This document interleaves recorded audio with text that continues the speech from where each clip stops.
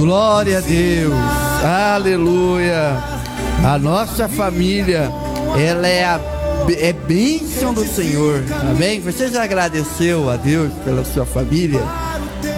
Temos que agradecer. Quero mandar alguns abraços aqui, alguns irmãos que estão nos assistindo, né? Irmão Adriano, Deus abençoe, irmão Adriano, Deus abençoe sua vida. A irmã Creuza, ela congrega comigo lá no Jardim Aeroporto, Deus abençoe, irmã Creuza. A irmã Fabiana, nossa amiga, irmã em Cristo. E o meu irmão Alex, muito obrigado pela sua audiência. Eu mando um abraço pro seu pai. Seu pai é uma das grandes referências da minha vida, amém? Deus abençoe a sua vida em nome de Jesus.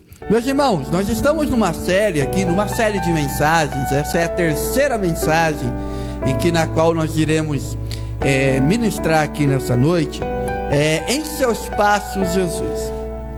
Nós estamos andando com Jesus, e nós estamos acompanhando, esses passos na ótica de um discípulo, que as pessoas, assim, quando olham para esse discípulo, elas se identificam com esse discípulo, que é Simão, que foi chamado por Jesus de Pedro, ou seja, Pedro. Então nós estamos, estudando, meditando sobre textos na qual os evangelhos dizem, sobre o nosso amigo, nosso irmão em Cristo, apóstolo Pedro, E eu quero ler com os irmãos aqui um texto, Marcos, Evangelho segundo escreveu Marcos, capítulo 1, verso de número 29 em diante. Marcos, capítulo 1, verso de número 29 em diante, que diz assim: E logo, saindo da sinagoga, foram à casa de Simão e de André, com Tiago e João. E a sogra de Simão estava deitada com febre, e logo lhe falaram dela. Então, chegando-se a ela, tomou-a pela mão e levantou-a, e a febre a deixou, e ela começou a servir.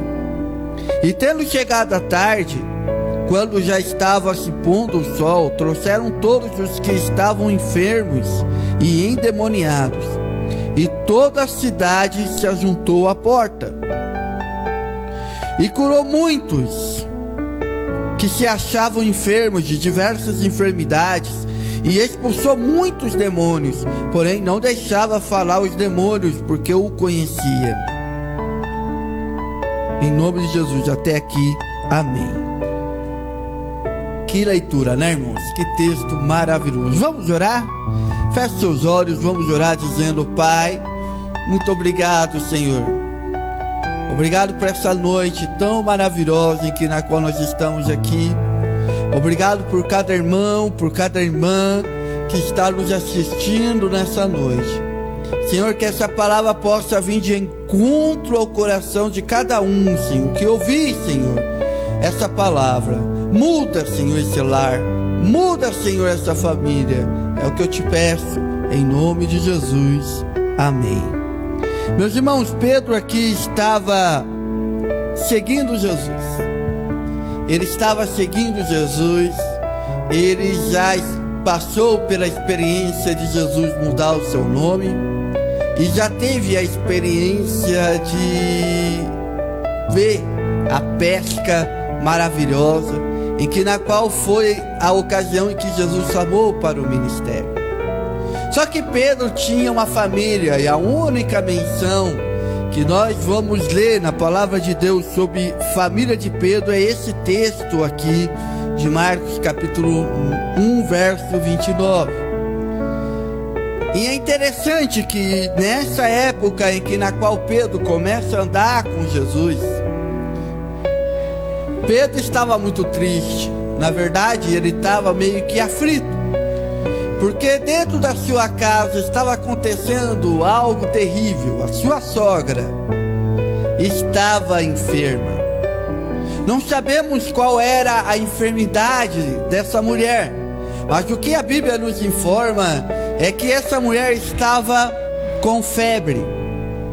Na época de Jesus não tinha hospital público, então na época de Jesus, quando as pessoas ficavam doentes, as pessoas recebiam tratamento em suas casas. Então essa mulher, a situação dessa mulher era uma situação bastante triste, porque ela estava lutando contra a morte. Havia uma tristeza, havia um clima de apreensão na casa de Pedro. Então Pedro chamou Jesus.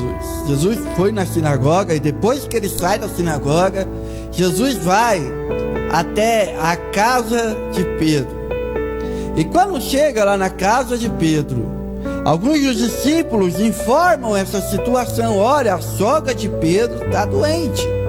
E o que Jesus faz? Jesus entra no quarto, estende a sua mão, pede para ela se levantar, e aquela mulher, ela é curada.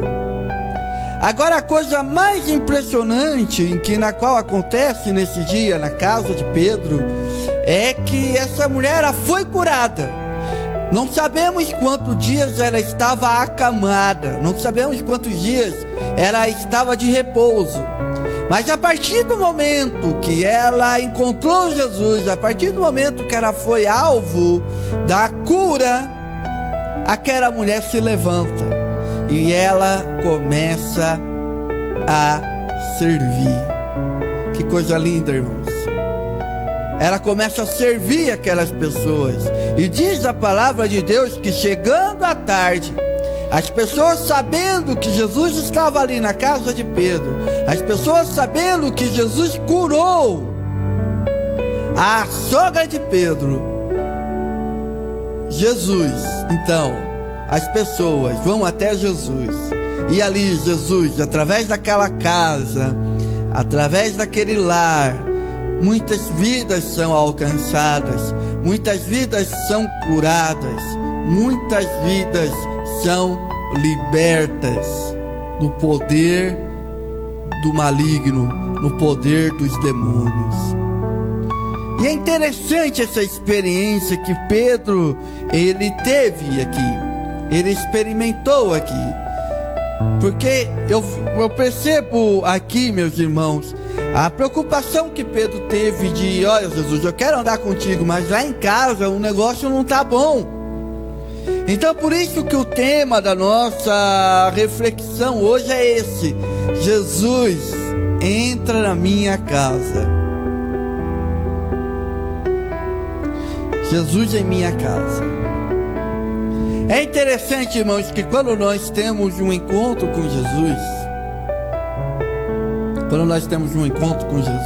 e começamos a caminhar com Ele, é interessante que as primeiras pessoas na qual irão sentir esse impacto, irão sentir essa mudança, irão comer esse fruto do arrependimento, são os nossos familiares.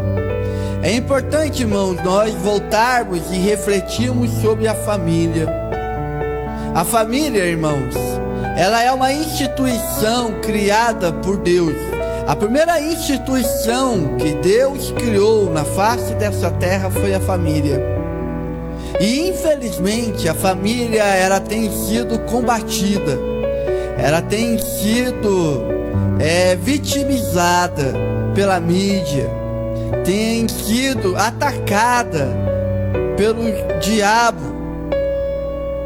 E aí a gente fica triste. Por quê? Porque a família, irmãos, ela é a base da nossa vida, aonde o ser humano forma o seu caráter, é aonde o ser humano, ele tem a noção, ele aprende a noção do seu limite, do respeito, da postura. É dentro de uma casa, é dentro da família. Então quando o inimigo das nossas almas consegue destruir uma família, ele consegue destruir não apenas uma família, ele consegue destruir as gerações que vão vir depois. Porque os nossos filhos, são, vamos dizer assim, cópias dos pais. Tudo que eu estou fazendo agora, irmãos, tudo que eu estou praticando agora, os nossos filhos vão praticar também. De uma maneira até meio que exagerada, mas vão praticar. Então é necessário que você reflita sobre essa verdade. Muitos dizem: olha, eu aceitei a Jesus. Só que muitas vezes se esquece da sua família. Vive uma vida bonita na igreja, é santo na igreja, mas em casa. A minha pergunta para você nessa noite, e é essa reflexão que eu trago para você: você convidou Jesus para entrar na sua casa? Então a família, ela é a nossa base, ela é o nosso ponto seguro. A família, a nossa casa, ela tem que ser, meus irmãos, um lugar na qual, enquanto eu enfrento as minhas dificuldades, as minhas tristezas, no dia a dia, a família tem que ser um lugar na qual eu possa ser confortado, na qual eu possa ser consolado, na qual, através do abraço da minha esposa, através do sorriso da minha filha, até os animais também fazem parte, da nossa família. Estando ali e vendo, tem que ser um refrigério para as nossas almas. E infelizmente isso não tem acontecido. E eu não estou falando de famílias na qual não tem, essa prática do cristianismo. Eu estou falando de famílias dentro da igreja. Irmãos, nós pastores, eu sou líder de famílias lá na nossa igreja. Nós temos um curso Casados para Sempre. Irmãos, é de horrorizar o que nós ouvimos. Na igreja está todo mundo bonito, mas em casa, irmãos, é muito triste. Então a família, você tem que aprender isso, e Pedro entendia isso, que a família é base de tudo. É interessante, porque quando nada está bem lá na sua casa, você não consegue fazer as coisas direito. Quando tem algum conflito, ou quando alguém na sua família está doente, irmãos, a gente não consegue trabalhar direito, a gente não consegue estudar direito, nós não conseguimos sequer planejar a nossa vida enquanto não resolver aquela situação. Então a família, aprenda isso. Pedro está nos ensinando nessa noite que família é a base de tudo. E se família é a base de tudo, então Jesus, ele tem que entrar na nossa casa, ele tem que entrar na sua casa. A segunda lição que eu aprendo aqui é que a família é o nosso primeiro campo de atuação. A família é o nosso campo de atuação. Tem muita gente que começa o seu ministério. Pedro já estava no começo do seu ministério aqui. E tem muitas pessoas que começam o seu ministério e começam assim, na igreja, amém, mas se esquece da sua família. Tem muitos irmãos que são pregadores, pastores, que se esquecem de pastorear e de pregar para os seus filhos. Tem muitas missionárias que pregam a palavra de Deus, amém, mas se esquece de ser submissa ao seu esposo, se esquece de educar os seus filhos.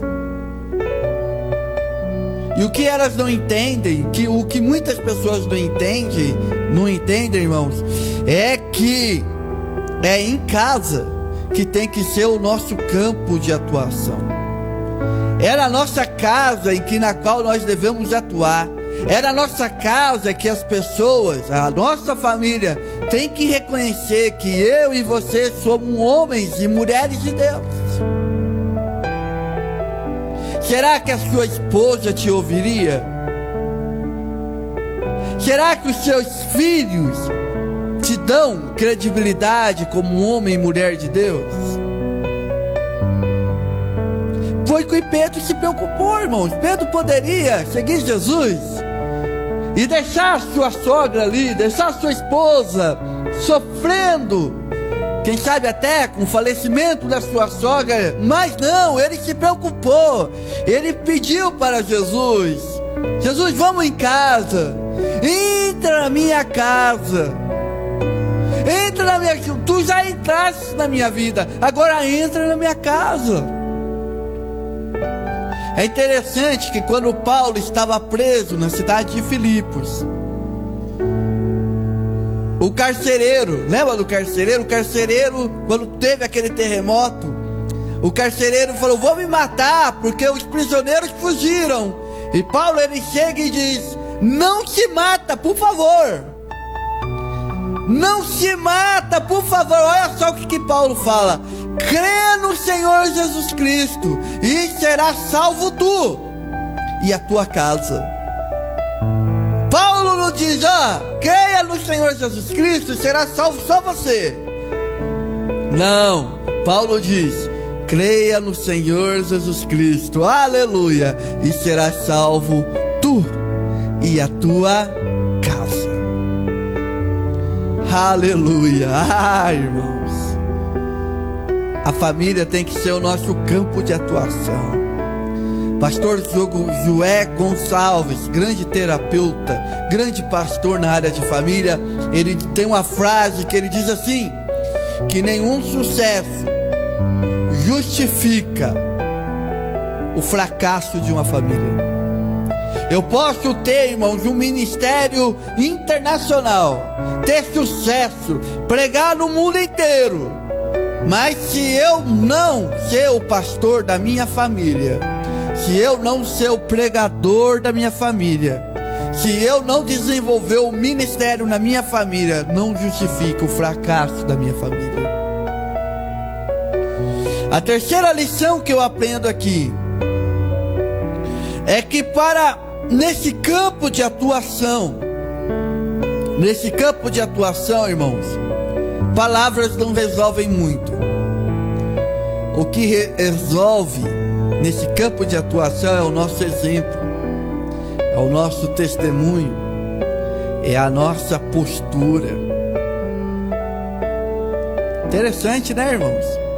Porque quem te conhece aqui, irmãos, aqui você está me vendo,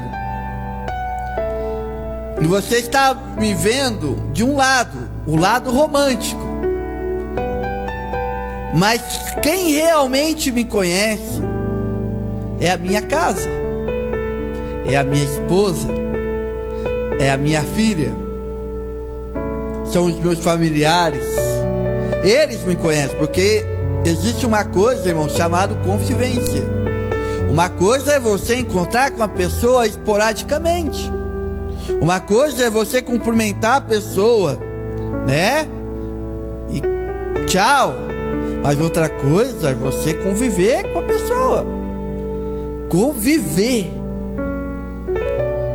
E quando a pessoa tinha uma postura e ela encontra Jesus, e Jesus muda a vida dela, sabe o que acontece? A mudança, ela é percebida. E quando ela chega em casa, seus familiares, seus filhos sentem a mudança, conseguem perceber a mudança. Nossa, fulano era desse jeito, agora mudou. E olha, mudou para melhor. Glória a Deus. Aleluia. Então, irmãos, por que é difícil atuar na família? Porque a família nos conhece, porque a família sabe os meus defeitos, a família sabe aonde eu erro. E às vezes nós não queremos ouvir essa palavra: você errou. Mas é necessário atuar na nossa família. Imagine a dor de você estar entrando no céu e a sua família não entrar. Imagine a dor de você morar com Cristo e a sua família não ir. Então, vamos clamar a Deus, vamos orar pela família. Seja exemplo. Tenha a postura de homem de Deus, tenha a postura de mulher de Deus. E eu tenho absoluta certeza que através do seu exemplo, não é o seu discurso, mas é o seu exemplo, Deus vai mudar a realidade da sua casa. A quarta lição que eu aprendo aqui é que é na família que nós desenvolvemos o fruto do Espírito. Irmãos, algum tempo atrás desse ano, nós estávamos falando de uma série Vivendo o Pentecostes. Nós estávamos estudando sobre o Espírito Santo. Essa série você vê lá no meu canal no YouTube, Ministério A Palavra da Cruz. E nós estávamos falando sobre o fruto do Espírito. E o lugar onde o fruto do Espírito se desenvolve, irmãos, não é na igreja, é em nossa casa. Porque é em casa, irmãos, que o fruto ele é amadurecido. Quais são as manifestações do fruto do Espírito? Amor, alegria, paz, longanimidade, benignidade, mansidão, fidelidade e domínio próprio. Olha só, vou dar alguns exemplos. Amor. Irmãos, se tem um ambiente na qual nós devemos praticar o amor, é na família. Ainda mais quando passamos por momentos difíceis, crises financeiras, crises de tudo, qualquer tamanho. Eu conheço pessoas que tenham um amor muito lindo, que no momento de dificuldade, de doença, por exemplo, não abandonou, estava ali do lado. Isso é amor. Eu conheço pessoas que convivem com seus cônjuges, e esses cônjuges têm um vício, mas essa pessoa não abandonou. Por quê? Porque isso é amor. Existem pessoas que, por exemplo, têm uma doença incurável, mas o seu cônjuge não abandonou. Por quê? Porque é amor. Isso é fruto do Espírito Santo em nossas vidas. Por exemplo, alegria. Olha outro fruto, irmãos, alegria. Devemos desenvolver esse fruto da alegria. A alegria na palavra de Deus é diferente da alegria do mundo, porque a alegria do mundo é a alegria do si. Ah, se eu tiver dinheiro, aí eu vou ser feliz. Ah, se eu ficar rico, aí eu vou ser feliz. Ah, se passar essa pandemia, aí eu vou ser feliz. Mas a alegria do mundo, do povo de Deus é diferente. É o apesar de.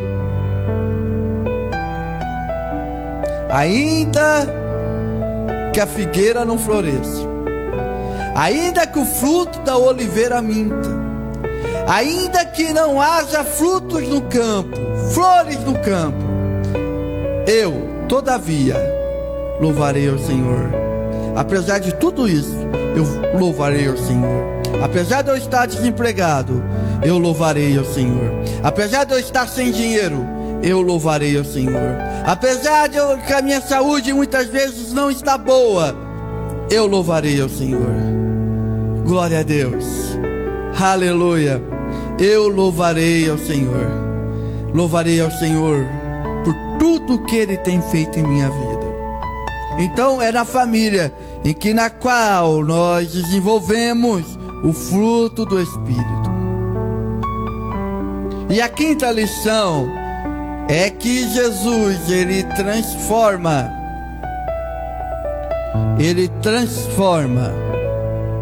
a nossa casa em uma base do seu reino. Porque foi o que aconteceu aqui com Pedro. Jesus foi lá na sua casa, curou a sua sogra. As pessoas ficaram sabendo da cura, ficaram sabendo do milagre. Sabe o que aconteceu? As pessoas foram até Jesus. Muitas receberam a cura. Muitos que estavam atormentados pelos demônios foram libertos. Irmãos, isso é coisa muito linda. Jesus quer fazer isso na sua casa. Jesus, ele quer entrar na sua casa e quer transformar a sua casa em um lugar de bênção, em um lugar de fartura, em um lugar de provisão, em que as pessoas vão olhar para a sua casa e irão sentir a presença de Jesus, irão sentir o poder restaurador do Evangelho. Precisamos, irmãos, urgentemente convidar Jesus para ir na sua casa, para entrar na nossa casa. Glória a Deus, aleluia. Existe um segundo ponto que eu gostaria de meditar aqui nesse texto. E esse segundo ponto é o seguinte: é sobre o ministério feminino. E por que eu estou falando? Porque esse texto vai dizer que essa mulher que estava doente foi curada, e ela não ficou parada ali, ela começou a servir Jesus. Então eu quero ter uma palavra aqui nesses minutos finais sobre o ministério feminino, a importância do ministério feminino.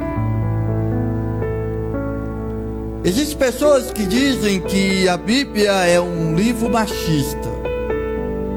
Existem pessoas que dizem que o apóstolo Paulo era machista porque ele escreveu dizendo que não permitia que as mulheres ensinavam. Não permito que as mulheres falem na hora do culto. Aí as pessoas leem esse texto e dizem: a Bíblia é um livro machista. Mas eu quero dizer para você que se você pensa assim, você está equivocado. Você está equivocado. Porque a Bíblia, irmãos, ela vai mostrar o valor de uma mulher, ou o valor das mulheres. Isso começa em Gênesis, quando Deus cria o homem. É interessante que todas as criaturas que Deus criou o macho e a fêmea, mas o homem não. Deus criou o homem primeiro, e o homem sente falta de alguma coisa no jardim. Então Deus chega: vamos criar uma companheira, uma adjutora. A Bíblia diz que o homem dormiu e Deus tirou o quê? Deus tirou uma costela. Deus não tirou uma parte do crânio. Deus não tirou um osso do pé. Deus tirou uma costela. E daquela costela fez a mulher. E quando Adão acorda, Adão vê a mulher e diz: tu és linda demais. A primeira declaração de amor na história da humanidade. Tu és osso do meu osso e carne da minha carne. Tu serás chamada varoa. Deixará o homem a sua casa e formará contigo, formará com a mulher uma só carne. Acontece que quando a serpente entrou no jardim, a mulher caiu, é verdade. Tem muita gente que fica chateado com a Eva, porque a Eva comeu aquele terrível fruto. Mas o que as pessoas não sabem é que em Gênesis capítulo 3, verso 15, ali está registrado a primeira promessa de Deus para a humanidade. A promessa da salvação, que Deus ele chega para a serpente e diz: porém inimizade entre ti e a mulher, e a semente da mulher pisará na sua cabeça. E é interessante, irmãos, que quando Jesus veio, não teve participação do homem, do nascimento de Jesus. Foi de Maria. Que coisa linda, né, irmãos? Deus contou com a mulher. Por isso que quando o anjo Gabriel, ele chama Maria, ele diz: bem-aventurada és tu entre as mulheres, porque Maria ela foi escolhida para cumprir essa promessa feita em Gênesis, capítulo 3, verso 15. Embora o pecado entrou por uma atitude de uma mulher, a salvação também foi gerada no ventre de uma mulher. Só com esse argumento você já percebe que a Bíblia não é um livro machista. A Bíblia conta a história de mulheres que em momentos de crise, em momento em que os homens se acovardaram, mulheres tomaram uma atitude e salvaram o povo de Deus. Por exemplo, Débora, Esther. No Novo Testamento, em Romanos, a carta de Paulo à igreja de Roma, Paulo vai saudar uma mulher chamada Febe, que ele chama de diaconisa. Mas se você for ver no grego, não existe feminino ou diácono. Ou seja, na igreja de Roma, alguns estudiosos afirmam que não tinha diácono. Então quem que tomou posse, quem que tomou uma posição para servir? Febe, a nossa irmã Febe. Muitos dizem: o apóstolo Paulo era machista. Não, irmãos, não era. O apóstolo Paulo, ele era um homem de Deus. Existe um texto, 1 Coríntios, capítulo 7, em que Paulo ele vai tratar de uma questão de casamento, a santidade no casamento. E Paulo vai dizer o seguinte: olha, antes de vocês se purificarem, deixarem de ter relação sexual, entrem em acordo um com o outro. Porque o homem tem o poder sobre o corpo da mulher. Isso é verdade. A sociedade acreditava nisso. Na época de Paulo,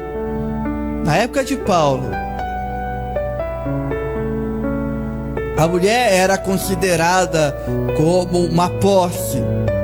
Ela não era tida como uma pessoa. Aliás, muitos países no mundo, mulher não é considerada pessoa, ela é considerada como um ser inferior, uma posse. Em muitos países existe a questão da poligamia, ou seja, o homem tendo várias esposas. O homem tendo várias esposas é sinal de riqueza, é sinal de ostentação. Mas a Bíblia não fala disso da mulher. E nem Paulo. Olha só o que Paulo fala: o homem tem o poder sobre o corpo da esposa, e a esposa tem o poder sobre o corpo do homem. Paulo, ao dizer isso, irmãos, é algo extraordinário. Há 2000 anos da sua frente. Já viu aquela citação, né? Ele era o homem à frente do seu tempo. Paulo era assim. Mas Paulo estava ensinando o que Jesus mostrou para ele, revelou a ele. Então a Bíblia não é um livro machista. O fato de Paulo ter proibido as mulheres de falarem, de ensinarem, é porque na época de Paulo, irmãos, quem fazia o culto, quem fazia o sacrifício, eram os homens. No templo, lá em Jerusalém, os homens é que faziam o sacrifício e prestavam culto a Deus. As mulheres ficavam no pátio, que era chamado Pátio das Mulheres. Ali as mulheres ficavam conversando, outras ficavam orando, louvando a Deus. Mas quem fazia o culto, todo o ritual do sacrifício, pedindo perdão pelos seus pecados, sacrificando o cordeiro, eram os homens. Eram os homens. Então, amados, quando Paulo diz: não permito que a mulher ensine, Não permito que a mulher fale no culto. A mulher estando com um homem em um ambiente de culto era extraordinário, não era? Então, irmãos, pare e pense. A Bíblia mostra realmente qual é o valor de uma mulher. E qual é o valor de uma mulher? É que a mulher, ela tem um poder, uma capacidade de edificar. Salomão, ele atesta isto dizendo que a mulher sábia edifica a sua casa e a tola a destrói. A mulher sábia, ela constrói a sua casa, ela tem o poder, irmão, de edificar. Dá um terreno para ela e ela faz uma plantação. Dá linhas e lãs, ela faz um casaco. Dá uma casa para ela e ela transforma essa casa em um lar. E ela transforma essa casa em um lar. Aleluia, glória a Deus. Que bom, graças a Deus pelas mulheres. Graças a Deus pelas mulheres da minha vida. Graças a Deus pelas nossas esposas. Abraham Lincoln, há uma citação que ele diz o seguinte: Abraham Lincoln foi o presidente dos Estados Unidos. Ele diz que nenhum homem pode ser considerado pobre se ele tiver ao seu lado uma mulher piedosa. E aqui está a última lição: que todo homem, irmãos, bem sucedido, ele só é bem sucedido porque ele tem uma grande mulher no seu lado. Foi o que aconteceu com o apóstolo Pedro. Pedro teve um ministério grandioso. Nós vamos acompanhar aqui Pedro andando com Jesus. Ele está andando com Jesus e nós vamos ver. Nós vamos ver também Pedro fracassando, errando. Nós vamos estudar tudo isso. Mas Pedro, ele chegou no final e venceu.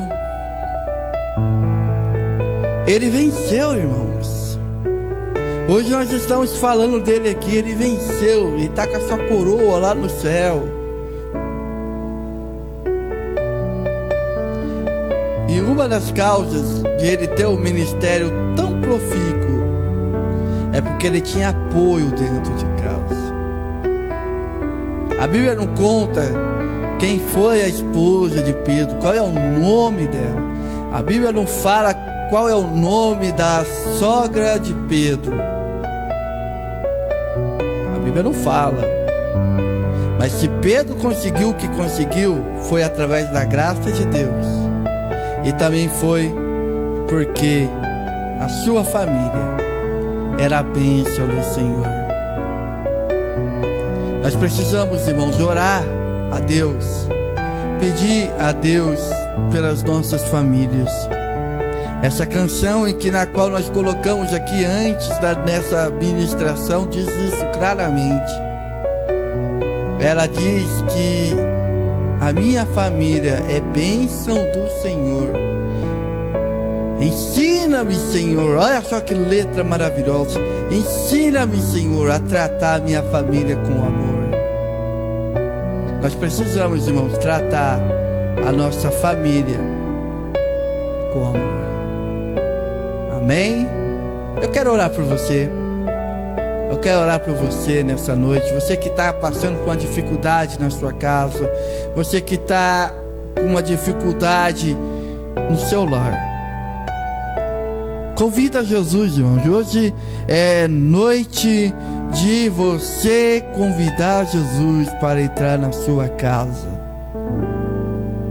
Eu não sei qual é a situação que está na sua casa. Eu não sei qual é a sua preocupação, qual é a sua ansiedade, quais são as suas dificuldades, mas Deus sabe. Você está me assistindo aqui nessa noite, não é à toa. Eu não estou nessa tela à toa. Hoje Deus marcou esse encontro contigo hoje. Eu estou há 2 semanas tentando pregar essa mensagem aqui na rádio. E hoje é noite. Hoje é noite. Faça que nem Pedro. Vamos orar, pedindo a Deus: Senhor, entra na minha casa, entra na minha vida, Senhor. Mexe com a minha estrutura. Tira, Senhor, tudo aquilo que é ruim da nossa casa. Senhor, aqui há famílias, ó Pai, que estão sofrendo. Há famílias, ó Pai queridos, que estão padecendo, estão carentes de Ti. Senhor, entra nesse lar. Edifica, Senhor querido, essa casa. Edifica, Senhor querido, essa família. Contempla o choro dessa mulher. Contempla o choro desse homem. Contempla, Senhor querido, o choro dessas pessoas na qual estão sofrendo, porque estão vendo tudo desmoronar. Oh, Senhor, restaura esse casamento. Quantas brigas, quantas discussões. Nós repreendemos agora, Senhor, em nome de Jesus, em Teu nome, Jesus. Nós repreendemos toda a ação maligna, toda a ação do diabo. Senhor, eu repreendo agora, Pai querido, tudo que não vem de Ti. Cura os enfermos, tira toda a depressão, tira toda a ansiedade. Restaura, faz de novo. Entra nessa casa, Senhor, tira lá, tira, Senhor, toda a febre, tira tudo aquilo que não provém de Ti e restaura esse lar, restaura essa família, restaura esse casamento, restaura, Senhor querido, a comunhão.